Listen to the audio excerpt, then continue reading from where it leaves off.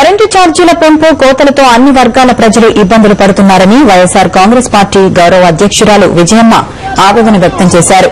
నిలదీయాల్సిన ప్రధాన ప్రతిపక్షం అధికార పార్టీతో కుమ్మక్కై సర్కార్కు మద్దతు పలుకుతోందని మండిపడ్డారు.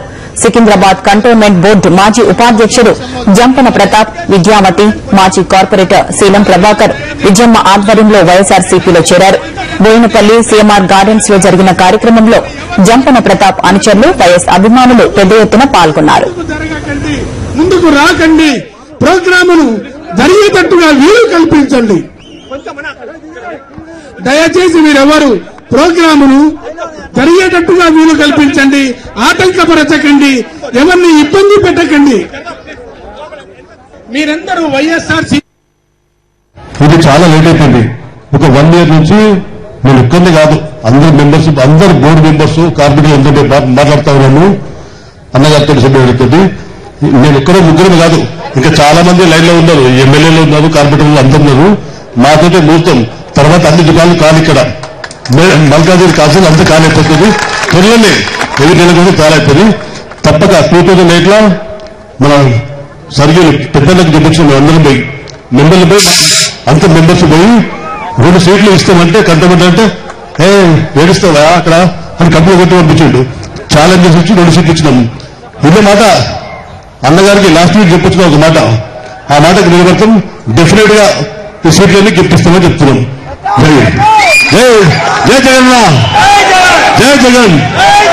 ప్రజల కష్టాలు, కన్నీళ్లు ఈ నాయకులకు అర్థం కావడం లేదు.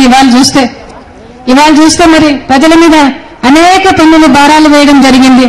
రాజశేఖర రెడ్డి గారైతే మరి సాచురేషన్ విధానం అంటూ మతాలకు, కులాలకు, పార్టీలకు అతీతంగా ప్రతి ఒక్కరికి ఆయన సంక్షేమ పథకాలు అందించడం జరిగింది. అంతేకాకుండా మరి ఇవాళ రాజశేఖర రెడ్డి గారైతే మరి ఆ రోజు ఆయన ఏ దాని మీద కూడా 5 సంవత్సరాల 3 నెలలు ఆయన పరిపాలించారు.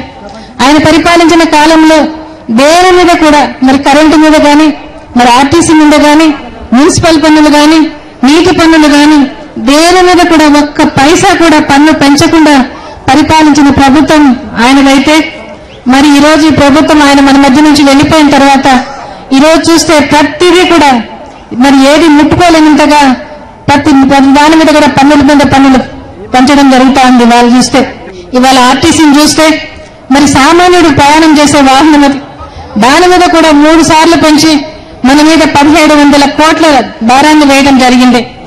మరి ఈ రోజు కరెంటు చూస్తే మరి ఆ రోజు కరెంటు 5 సంవత్సరాలు ఒక్కసారి కూడా పెంచలేదు, ఒక పైసా కూడా పెంచలేదు. వచ్చే 5 సంవత్సరాలు కూడా దేని మీద నేను పెంచనని చెప్పి రాజశేఖర రెడ్డి గారు చెప్తే ఆయన రెక్కల కష్టం మీద వచ్చిన ఈ ప్రభుత్వం, ఈ నాయకులు మరి ఈ రోజు ఏం చేస్తా ఉన్నారు?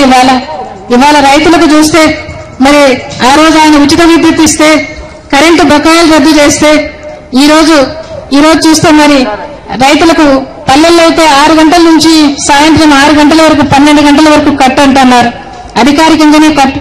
కానీ మిగతా 6 గంటల్లో కూడా 5-6 గంటలు కరెంటే ఉండదు, 1-2 గంటలు కూడా ఉండడంలా, రైతులకు ఉచిత విద్యుత్ అందడంలా.